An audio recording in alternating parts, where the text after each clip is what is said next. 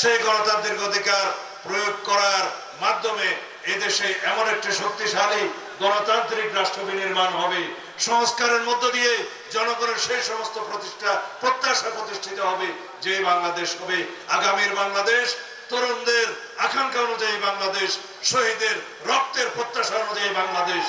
সেই প্রত্যাশা হবে সামনের ভিত্তিতে এই দেশ বাংলাদেশ হবে, সেই প্রত্যাশা অনুযায়ী, সেই জনপ্রত্যাশা অনুযায়ী, শহীদের অঙ্গীকার অনুযায়ী এই দেশ হবে বৈষম্যহীন সমাজ ব্যবস্থার বাংলাদেশ। সেই বাংলাদেশ হবে ন্যায় বিচার ভিত্তিক বাংলাদেশ, যেই বাংলাদেশে কোনোদিন কোনো মানুষকে গণতান্ত্রিক সংগ্রাম করতে হবে না, ভোটাধিকার আদায়ের জন্য কোনোদিন রাজপথে সংগ্রাম করতে হবে না। সংগ্রামী ভাই ও বোনেরা, আমরা বিগত 16-17 বছরে এদেশের মানুষের অধিকার আদায়ের জন্য অবিরাম সংগ্রাম করেছি, ফ্যাসিবাদের বিরুদ্ধে সংগ্রাম করেছি, ফ্যাসিস্ট শেখ হাসিনাকে এদেশ থেকে পালিয়ে যেতে বাধ্য করেছি, এবং শেখ হাসিনা প্রমাণ করেছে সেই বাংলাদেশের পক্ষের কোন শক্তি নয়। শেখ হাসিনা কোন দেশের লোক? কে প্রমাণ করে দিয়েছে? শেখ হাসিনা নিজেই প্রমাণ করেছে সেই দেশের লোক না। আওয়ামী লীগ নিজেই প্রমাণ করেছে তারা এই দেশের কোন রাজনৈতিক দল ছিল না, তারা অন্য একটি দেশের একটি রাজনৈতিক দলের অঙ্গ সংগঠন ছিল বাংলাদেশে। শেষ পর্যন্ত শেখ হাসিনা মরিয়া প্রমাণ করিল তিনি ভারতের লোক।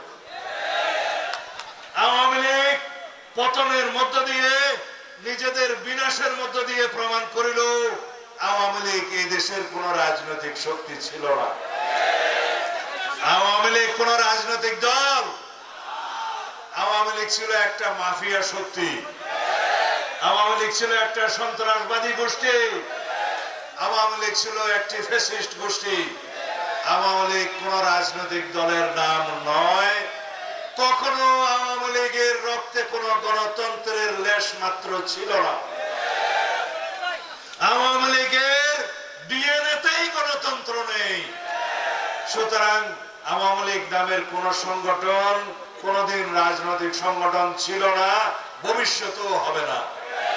সুতরাং বাংলাদেশে আওয়ামী লীগের রাজনৈতিক কর্মকাণ্ড সঠিকভাবেই সন্ত্রাস বিরোধী আইনের মাধ্যমে নিষিদ্ধ করা হয়েছে, ঠিক কিনা? কোন আইনের মাধ্যমে? সন্ত্রাস বিরোধী আইনের মধ্য দিয়ে আওয়ামী লীগের রাজনৈতিক কর্মকাণ্ড নিষিদ্ধ করা হয়েছে, বিকজ আওয়ামী লীগ একটি সন্ত্রাসবাদী সংগঠন। আপনারা কি দেশে ভালো রাজনৈতিক সংস্কৃতির চর্চা করতে চান? তাহলে পারস্পরিক শ্রদ্ধার সাথে প্রত্যেক রাজনৈতিক দলের প্রতি সম্মান প্রদর্শন করতে হবে, সেই সংস্কৃতি চালু করতে হবে। সবাই এদেশে যারা গণতান্ত্রিক রাজনীতি করবে সকলের প্রতি সম্মান প্রদর্শন করতে হবে। এটাই হবে আমাদের রাজনৈতিক সংস্কৃতি। যে রাজনৈতিক দলেরই বন্ধু হন, সদস্য হন, নেতা হন, প্রত্যেকের প্রতি আমরা সম্মান প্রদর্শন করব।